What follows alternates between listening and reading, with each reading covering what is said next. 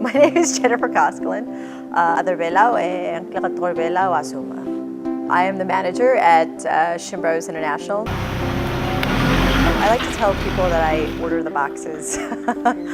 Really, I'm the manager. I run the company here in Palau. The day started just like any other in the beautiful island nation of Palau. Until, for the first time, Jennifer noticed the unmistakable hull of the Earthrace. I drove into work and saw it and thought it was just like a really cool looking machine. So when I got to the warehouse, I told all the guys, like, get the camera, go out there and take pictures with this thing.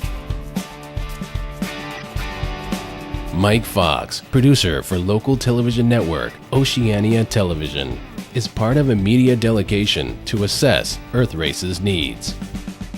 So we found out about Earthrace. The president's office was holding a meeting. That was the first time I got to meet the ground crew. There was Scott, the engineer, Allison, who was kind of the logistics and travel planner, and Lance, who was the camera person. And this was the first time I got to see footage of Earthrace itself. Anybody that kind of looks at that thing is hard not to be impressed. So it definitely caught our attention. We thought it'd be a great thing to cover for the Jock Block. So we're really excited to have Earthrace in town. Meanwhile, Jennifer was having her first up-close encounter with Earthrace. So all the boys went out. They came back with all these pictures. And I'm like, well, I want to go check it out. So I went out there, started hanging out, got onto the boat, came back off the boat, and Henny said, you know, they're looking for someone to go. I'm like, what do you mean? I said, yeah, you can go on this boat. Earthrace stopping in Palau offered a unique opportunity for locals to participate in something historical and unprecedented for the islands. We're still looking for 3 people that want to come with us. Now, if you want to come and be part of Earthrace, if you want to come and be part of the trip, there's a $5,000 donation to help us with fuel. Now, if you're willing to do that. Mike, a husband and father of 3 boys, thought the opportunity appealing but unrealistic. $5,000, which I thought was pretty reasonable for an experience of a lifetime, but unfortunately it was a little bit too rich for my blood. Jennifer, on the other hand, was having much different thoughts. I'm not the kind of person who has a lot of material things. I don't have my own home, I don't own my car, you know, the company car. It's like, but I have a lot of experiences. I have a lot of cool experiences. So that's sort of what motivates me to do things, is to check things out, to explore. Without thinking twice, I picked up my cell phone and I called my boss and said, hey, I want to do this Earthrace thing. I'm already going on vacation anyway. It'd just be a couple days earlier. There was a little bit of a pause and then a laugh and said, are you sure you really want to do this? And then I said, yep, it's right up my alley. We're aboard the Earthrace and we're about to take a look inside and see what this thing is all about. Come on, let's take a look. I went on the Earthrace, checked it out. It was really cool. I met the crew and everything. We are in Palau, most unbelievable group of islands I've ever been in. What's up, man? Ryan. I'm Mike. Hey, Mike. Ryan, good to meet you, man.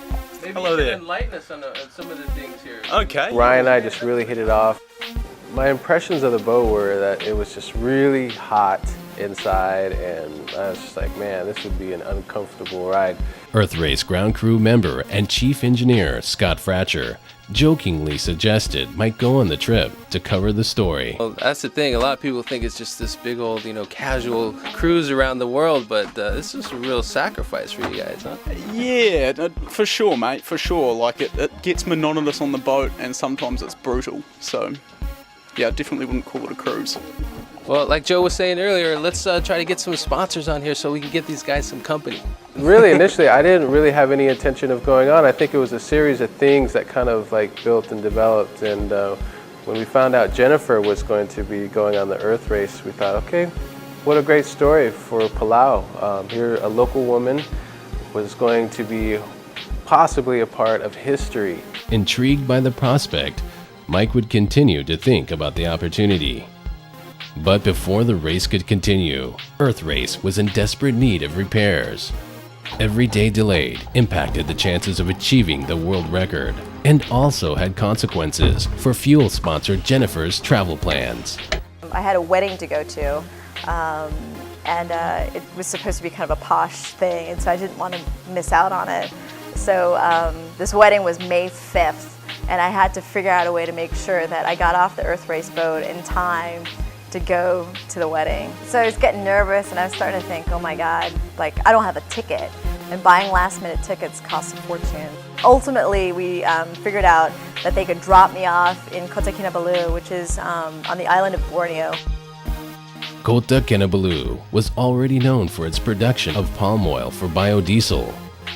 Without biodiesel in Palau, ultimately, the Earthrace had to take on a mixture of diesel and biofuel for the first time of the race. Because of the fact that we don't have any biodiesel here in Palau, and because of the fact I couldn't ship it in time. So the logistics, I mean, that just says a lot about where we live. The logistics of getting the biodiesel here was really challenging. After 7 days and 2 shipments of wrong parts, Earthrace was repaired and cleared for departure. All that was left was to see if Mike would round out the crew. Actually, the delays ended up helping me because at the time we were working on a project that was due. Each day they kind of delayed gave me another opportunity to finish this project off. So as it turned out, the opportunity arose, and it just kind of all lined up, and I was able to get on the boat. I am here to clear out Earthrace. It's probably gonna leave in an hour. And I hear that Mike Fox is going on the boat. I hope he's gonna make it there, since he said this will be his first time to actually go on one. Oh boy, I hope he's not gonna be sick and make us look bad. It was easy for me to make the decision to go on Earthrace, which I think was maybe different for Mike because he has a family that he left behind all alone. Earthrace is going to take off, and it's just been determined that I'm going to get on the boat, and it's very crazy and exciting. So I'm going to go in and see what my wife thinks about all this. I don't think I was thinking a little bit about how it was impacting all the people around me, especially my wife, Veronica.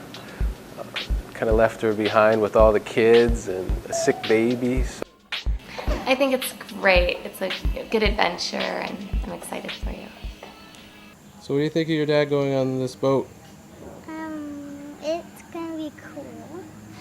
That's gonna have lots of fun. But I'm gonna really miss him. Yeah, me too. Do you think it'll be scary? No.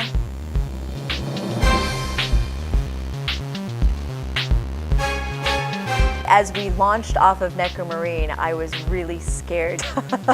There was a moment in time where I was like, oh my God, I'm an idiot. What am I doing?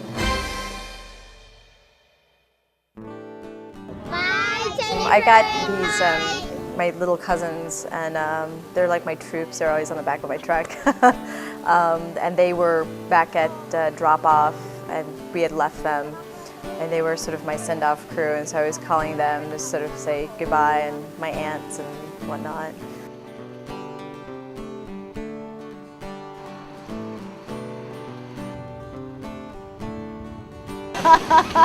I'm shaking with excitement. This is so amazing. I'm really stoked. We're so lucky. Do you realize how lucky we are? Go to school and work hard. That's why. That's how I made it.